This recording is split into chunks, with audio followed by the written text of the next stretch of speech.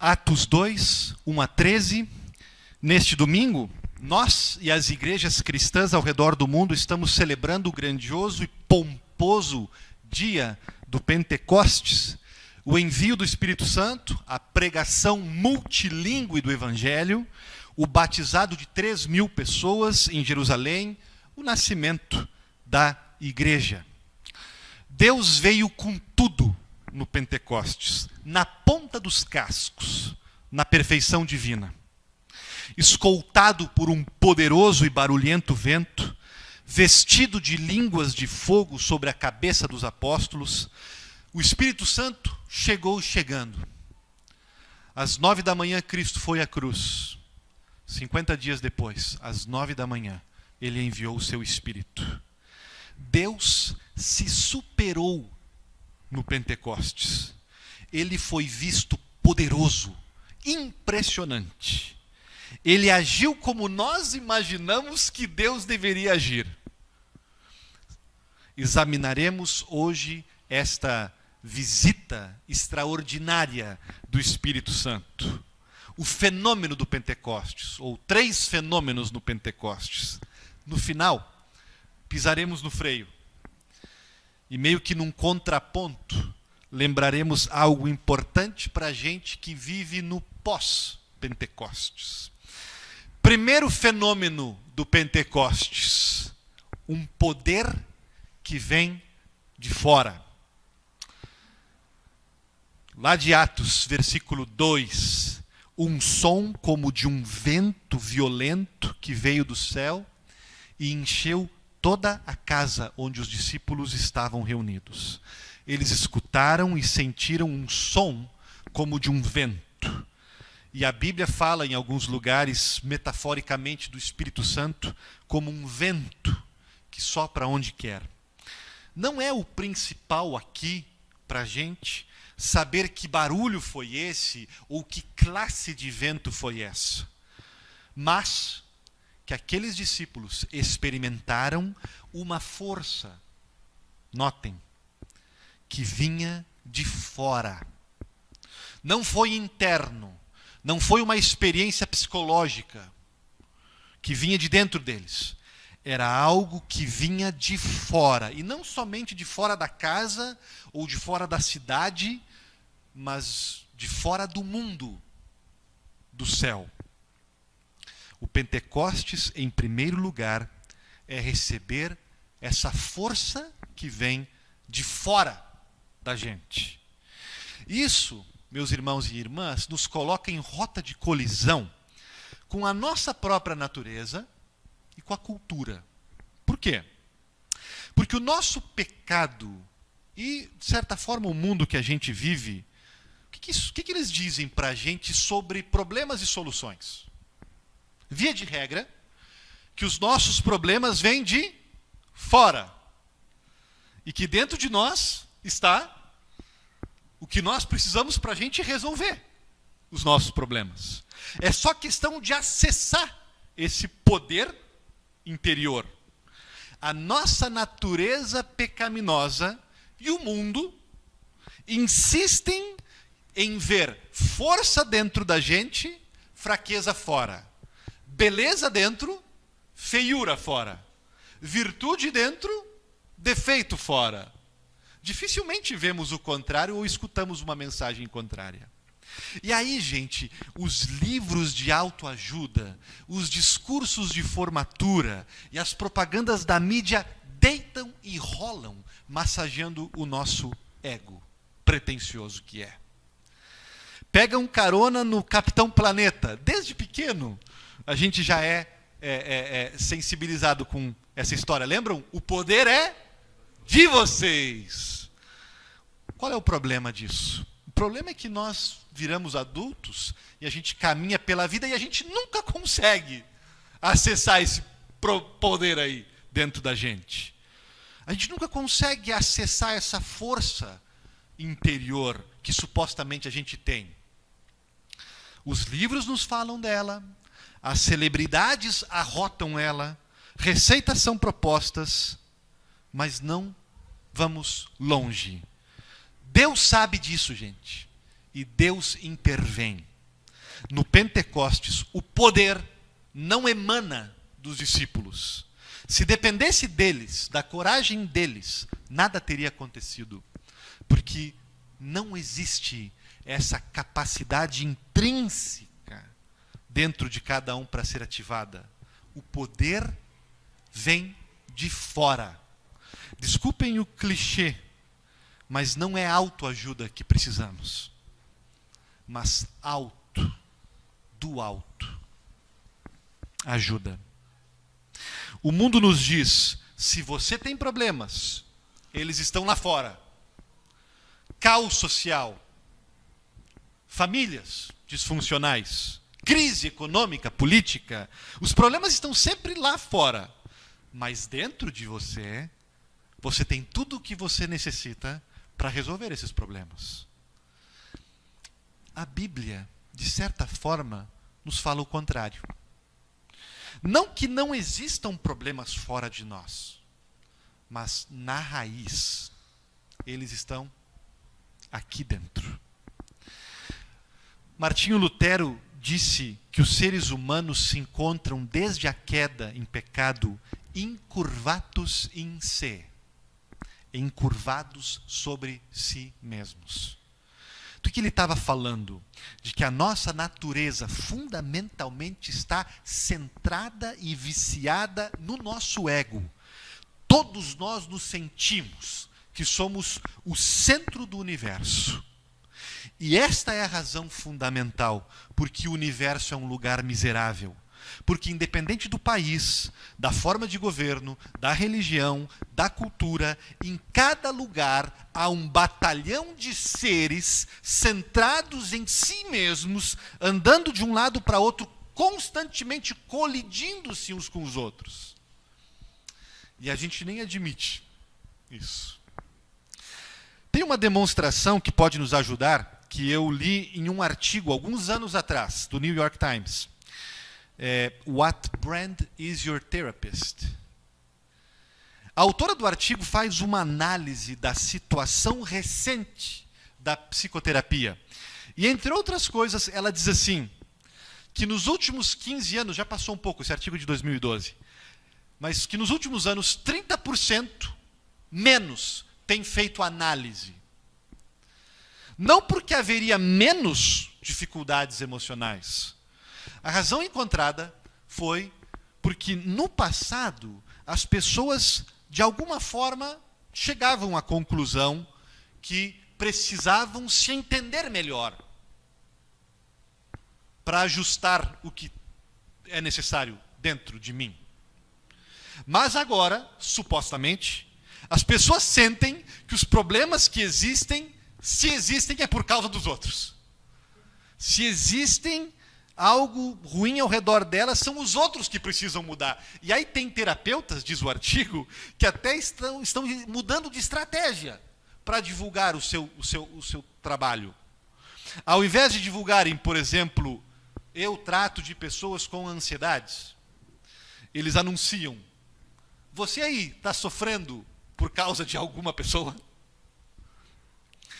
O artigo fala ainda que nas últimas gerações, pais e avós estiveram bombardeando seus filhos com estímulos de autoestima. Não se refere aqui a afirmar a autoestima dos filhos, valorizá-los. Aqui a autora fala do exagero, de sempre elogiar, sabe? De supermimar o egozinho deles. O resultado? Crianças e adultos infantis que, quando enfrentam uma dificuldade, gritam, o problema não sou eu, o problema é você. O mundo diz que os problemas estão lá fora, a solução está aqui.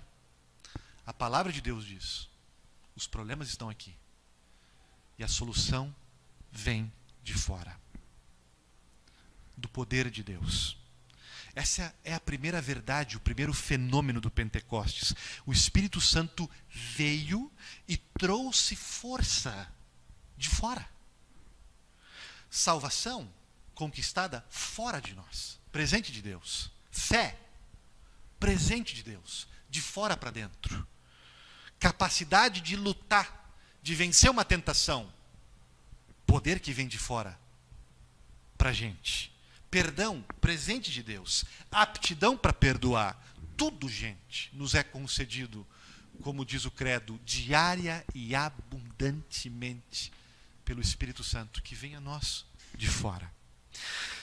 Segundo fenômeno do Pentecostes, um entusiasmo corajoso. Versículo 3, na vinda do Espírito Santo, depois do som do vento, eles viram o que parecia ser línguas de fogo, que apareceram e ficaram repousando sobre as cabeças dos discípulos. E para entender esse símbolo, precisamos ir no Antigo Testamento, quando Deus se manifestou, visitou o nosso mundo muitas vezes, com fogo. Quando ele estava fazendo uma aliança com Abraão, em Gênesis 15, Deus aparece como uma tocha flamejante. Quando ele aparece para Moisés, a primeira vez, é uma sarça ardente. E mais tarde, quando ele vem a Moisés no Monte Sinai, ele aparece como fogo e fumaça. E depois, quando ele estava liderando o seu povo pelo deserto de noite, lá estava ele como uma coluna de fogo. E quando Ezequiel o enxerga, em Ezequiel, a cena é fantástica, ele vê fogo por todos os lados. Sempre que Deus aparece, ou quase sempre que Deus aparece no Antigo Testamento, ele aparece com esse símbolo de fogo. E a cena, gente, Deus com esse fogo, no Antigo Testamento, é sempre aterrorizante. Agora, no dia do Pentecostes, o que está acontecendo? É meio que um upgrade da visita, da relação de Deus com o seu povo. Cada crente havia se tornado uma sarça ardente. A glória de Deus veio e penetrou em cada um dos seus seguidores. E aquela presença que antes era meio borrada, até insuportável no Antigo Testamento, que vinha e ia e se desvanecia, agora vem e pousa sobre cada um deles. Pousa. Não é fortuito, tipo o mestre dos magos na caverna do dragão. Pousa ali. Vem para nunca mais sair de cena. E é para cada um. Não é só para os top. Não foi somente para os 12 discípulos. Mas em todas as 120 pessoas, homens e mulheres, crianças, jovens, que seguiam a Jesus naquela casa. Exatamente como o profeta Joel havia profetizado séculos antes. E essas línguas de fogo nem foram o mais extraordinário da presença de Deus naquele grupo de pessoas. Pelo menos não foi isso que chamou a atenção dos vizinhos, quando eles saíram da casa para andar na rua de Jerusalém. O que chamou a atenção das pessoas quando eles se encontraram com os crentes em Jesus, agora empoderados pelo Espírito Santo? Foi um entusiasmo corajoso que tomou conta deles. De acordo ao texto, a presença do Espírito Santo nos discípulos se pareceu assim, como se eles estivessem bêbados. E por que acharam que estavam bêbados? Porque haviam perdido o medo. O medo dos outros, o medo dos perseguidores, o medo das autoridades. Haviam deixado o esconderijo e saído para as ruas, e estavam em público, sem a inibição, sem a timidez, demonstrando um entusiasmo fora do comum para testemunhar. Como é que a gente entende isso, pastor? De que maneira o Espírito Santo deu aquela coragem? Eu acho que a resposta está num outro detalhe do texto. No porquê Deus enviou o Espírito Santo naquele dia especial. Ele poderia ter feito um dia antes, ele poderia ter feito um dia depois, ele poderia ter feito no dia da Ascensão, por exemplo. Mas por que no dia do Pentecostes? Qual é o simbolismo? Pentecostes era uma festa que o povo já celebrava para comemorar o dia que Deus reuniu o seu povo no Monte Sinai para reafirmar sua aliança com eles. E aí, se a gente compara Pentecostes com a experiência no Sinai, a gente vai ver que Deus não escolheu aquela data por acaso. Há uma relação. Vejamos, em ambos os casos, Deus desceu do céu. Em ambos os casos, houve fogo, tremor e vento. Em ambos os casos, houve uma mensagem sendo dada. E por aí acabam as semelhanças. Porque no Monte Sinai, Deus falou do topo da montanha. E quando Deus falou, as pessoas ficaram com medo. Elas disseram, Moisés, sobe você lá. Vai lá você ver o que Deus está roncando lá, o que Ele quer nos dizer. E Moisés se tornou o mediador. O representante do povo na montanha. A ponte. Foi assim que Deus confirmou sua relação com o seu povo. Com Moisés como mediador. Ele foi à montanha e ele traz a mensagem dos 10 mandamentos. E aí quando eles pecavam porque não conseguiam cumprir os mandamentos, Moisés, acode. Moisés tinha que interceder. Moisés tinha que pedir perdão em nome deles. E essa era, gente, a aliança que os discípulos de Jesus tinham conhecido em toda a vida deles. Uma aliança através da montanha do Sinai. Através do representante Moisés nessa montanha. Só que naquele Pentecostes, o Espírito Santo estava manifestando algo novo, melhor. Bem como Jesus havia prometido em João 15, quando disse, eu estou ensinando para vocês, mas quando o Espírito Santo chegar, aí a ficha vai cair. Aí vocês vão se dar conta de mim. Aí vocês vão ver como isso faz sentido e como as peças do quebra-cabeça se encaixam. Finalmente, os discípulos estão entendendo agora no Pentecostes que Jesus havia trazido a nova aliança, não mais baseada em Moisés ou na montanha do Sinai. O fogo não surge no topo da montanha, ela aparece agora na cabeça de cada um dos crentes. E a palavra que é proclamada, que é enfatizada, não é mais a palavra da lei. Vocês têm que fazer isso, vocês têm que cumprir, vocês vão morrer. Se a gente olha os primeiros sermão do Pentecostes, que é o que nos ensina qual é o sermão que nós devemos pregar como igreja cristã, é um sermão que, embora fale da lei, termina, culmina, não deixa de pregar o Evangelho. O primeiro sermão de Pedro do Pentecostes é ele dizendo, Jesus veio e cumpriu a lei. Jesus veio e morreu a morte de vocês. E por isso, gente, lá atrás, no Sinai, quando o povo ouviu a Deus falando, eles disseram, a gente não quer muito disso não. Vai tu, Moisés, vai lá. Eles ficaram assustados. Só que quando o povo agora ouve a mensagem da nova aliança, o que eles dizem para Pedro? Me dá mais. Me alimenta com mais. Onde é que a gente pode receber isso todos os dias? Como é que a gente pode seguir isso? O que a gente tem que fazer para fazer parte desse reino? Com esse Jesus. Por quê? Porque antes tínhamos um representante na montanha, Moisés. Só que o Pentecostes nos revela que agora temos um outro representante na montanha do Calvário. Jesus Cristo. Moisés era grande, mas Jesus é maior. Ele é o supremo mediador, ele é o definitivo representante na montanha. Ele não é somente um homem, mas como Moisés, mas ele é homem e Deus. E por isso é a perfeita ponte. E quando ele foi enviado, ele não apenas orou pelos demais, ele orou e morreu pelos demais, para garantir o perdão dos pecados. E quando ele morre, Jesus, o véu do templo, que escondia, que tapava o fogo, a glória, a presença de Deus simbolicamente, aquele véu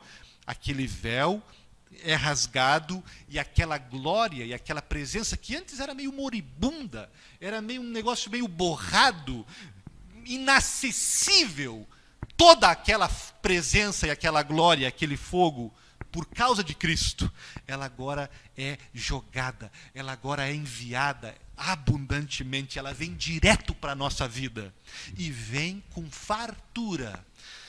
E nada, nem ninguém pode tirar essa glória e essa presença amorosa de Deus da tua vida. Essa é a ação do Espírito Santo na gente.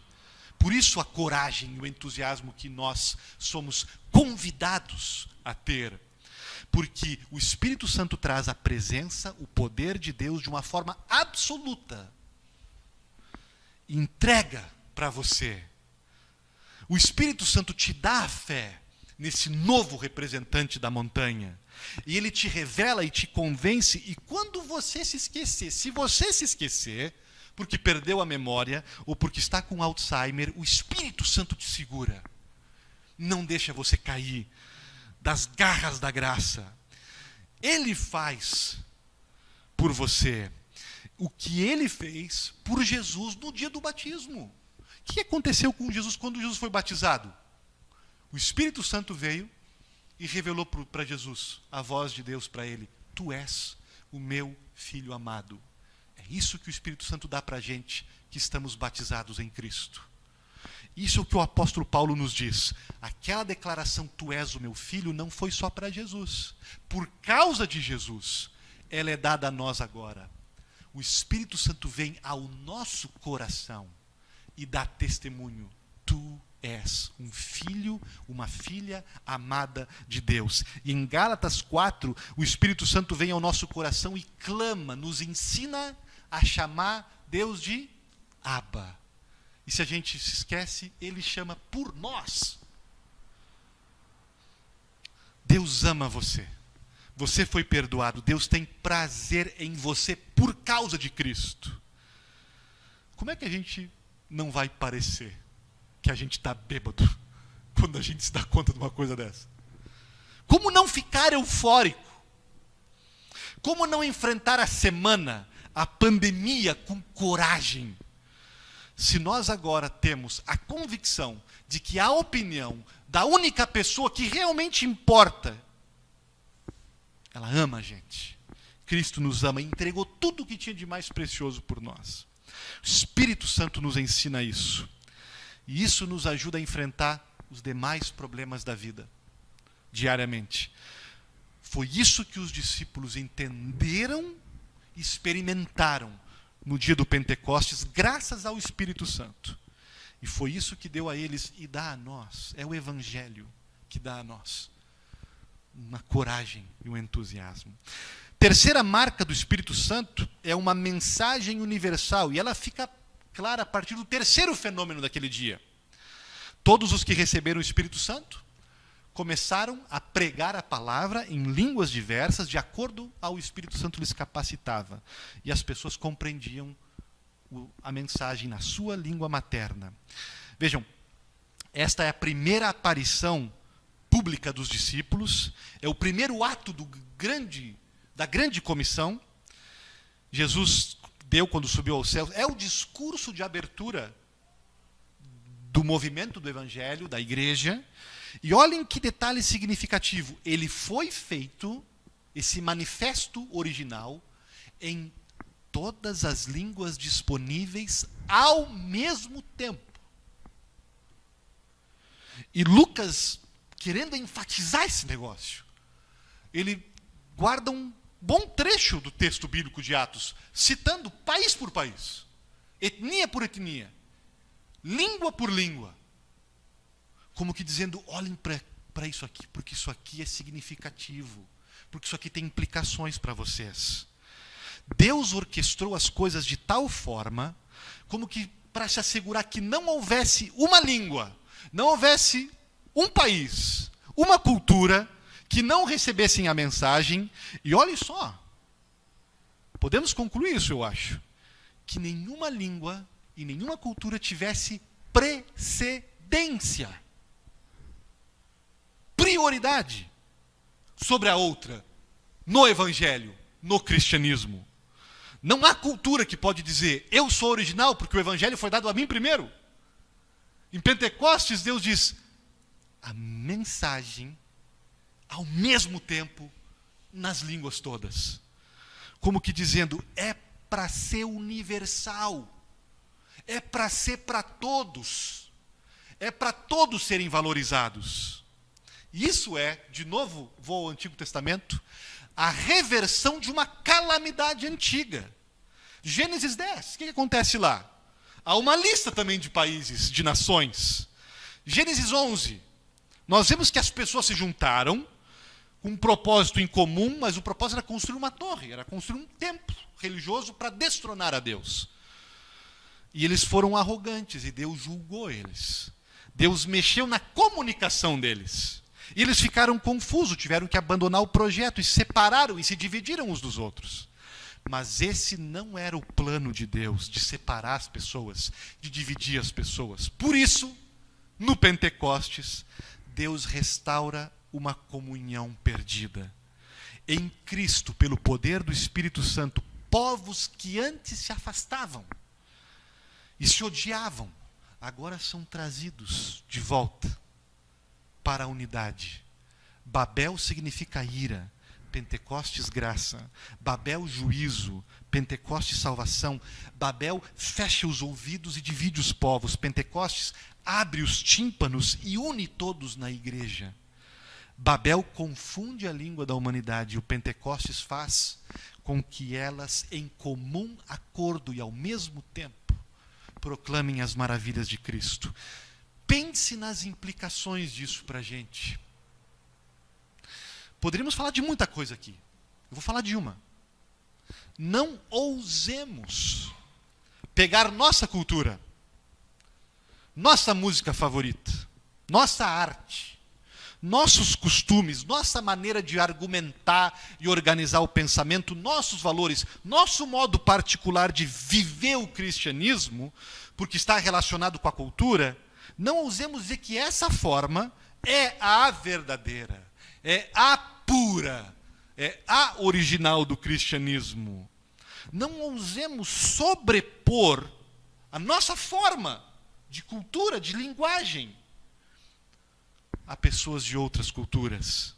Podemos ter nossa linguagem favorita, gente. Podemos ter um dialeto que a gente se relacione melhor, fale melhor. A nossa fé. Mais formal, menos formal, mais intelectual, mais emocional. Podemos nos conectar melhor com os céticos ou com os desigrejados. Podemos comunicar o evangelho mais orando, ou cantando, ou falando, tocando bateria ou tocando órgão de tubos. Mas a nossa linguagem não é única e não tem precedência. Pentecostes parece estar nos dizendo: quem somos nós para criticar a forma, a linguagem das pessoas expressarem a sua fé? No Pentecostes, Deus deixa claro, ao capacitar os discípulos a falarem do Evangelho em várias culturas, ao mesmo tempo que não haverá predominância. Devemos cuidar em não forçar nossa cultura nos demais, o nosso jeito de viver a fé nos demais. Isso não quer dizer que... Não estou falando de mensagem, de conteúdo, estou falando de linguagem e de forma de fazer. Fale sua língua. Desfrute dela. Ou então fale a língua do próximo. Melhor ainda, fale a língua do próximo, em amor a ele. Sabe? Deixa um pouquinho a tua preferência. E vai ao encontro e fala a língua da pessoa que precisa ouvir o Evangelho. Né? Seja sensível e empático e traduza o Evangelho de um jeito que o teu próximo possa compreender e se identificar. Podemos fazer isso, gente. Os primeiros cristãos foram ensinados a fazer isso. É o milagre do Pentecostes, o terceiro fenômeno. Como pessoas que não se gostavam e não se entendiam desde Babel, agora derrubam muros de preferências culturais, raciais e étnicas, para dizer: estamos em Cristo. O que nos une é muito maior do que o que nos divide. Eu falei que no final ia pisar no freio. Uma palavra de contraponto. Eu falei também que Deus veio com tudo no Pentecostes, lembram? Tipo assim, como uma festa de casamento, né? Cheio de emoções à flor da pele, pompa e espetáculo. Mas assim como num casamento, não é a grandiosidade da festa que vai contar, no fim das contas, mas as pequenas coisas. A monotonia da trilha do dia a dia, de dias aparentemente sem graça, que vão fazer toda a diferença. Precisamos ter isso em mente. Porque Deus Espírito Santo chegando em Atos 2. Mas então veio a rotina do dia seguinte. Chad Bird me ajuda a enxergar isso. E num artigo ele vai lembrar o dia seguinte do Pentecostes, que tem muito a ver com a gente. Quando o vento barulhento e portentoso se aquietou e se transformou numa brisa, conforme profetizado em Elias. Línguas de fogo se tornaram carvões de lembranças. E coisas feias começaram a acontecer. 2 mentirosos, membros daquela primeira comunidade, fizeram uma doação financeira hipócrita, foram desmascarados e caíram mortos. Discordância por causa das distribuições de cestas básicas começou a infestar o ambiente. Brigas na liderança, conflitos de opinião sobre que regras deveriam seguir. O brilho e a repercussão das manchetes do Pentecostes começaram a esvanecer e a normalidade a aparecer. Pequenas coisas e a monotonia de dias aparentemente sem graça preencheram o calendário da igreja. Se nós julgássemos pelas aparências exteriores, o Senhor da igreja, o Senhor do Pentecostes, o Senhor Espírito Santo, não pareceria mais grande e poderoso, mais pequeno e fraco. Em outras palavras, Deus tinha voltado a se comportar dentro da normalidade novamente. Pentecostes tinha sido glorioso, mas foi uma exceção. A vida cristã que a gente vive pela fé em Cristo, com a presença do Espírito Santo, no pós-Pentecostes, é muito menos vitoriosa e gloriosa e espetacular, e muito mais dias de luta, dias de rotina e dias de cruz. Muito mais momentos de fragilidade. Gente, ser cristão e estar cheio do Pentecostes não quer dizer necessariamente ter uma experiência com Deus a cada dia. Contabilizar transes emocionais, ostentar sempre um sorriso no rosto. Às vezes isso acontece, desfrute. Mas ser cristão e estar cheio do Espírito Santo é também estar andando meio que quase que cambaleando, com a semana cheia de problemas para resolver. Problemas que vão desde casamentos na corda bamba, a entrevistas de emprego, a câncer de próstata. Quando cristãos, cheios do Espírito Santo, levantam a camiseta, você não enxerga medalhas do peito, você enxerga espinhos na carne. Um exame minucioso do currículo de um cristão cheio do Espírito Santo não revelará necessariamente sucesso em cima de sucesso, mas muitas vezes um álbum que mistura algumas vitórias pela graça de Deus com fracassos rotundantes. Esse é o grupo de pessoas que segue Jesus no pós-Pentecostes. Uma gentalha como nós. Comum. Com problemas corriqueiros. Só que as aparências enganam. Porque nesse grupo que está muito mais para barraco do que apartamento na Zona Sul. Porque esse grupo que está muito mais para hospital do que Smart Fit. Jesus Cristo e a sua cruz brilham.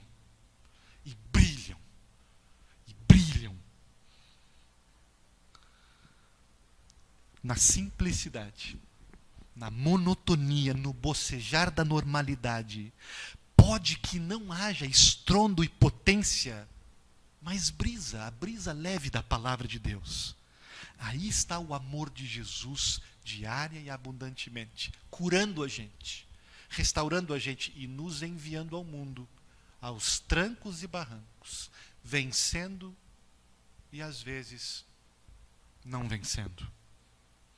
Talvez não haja línguas de fogo, mas línguas sedentas, famintas, pelo corpo e o sangue de Cristo sendo colocado ali, como viático necessário para mais uma semana de desafios que eu tenho que enfrentar no pós-Pentecoste. Por isso, gente, ouça a história e agradeça a Deus pelos fenômenos do Pentecostes.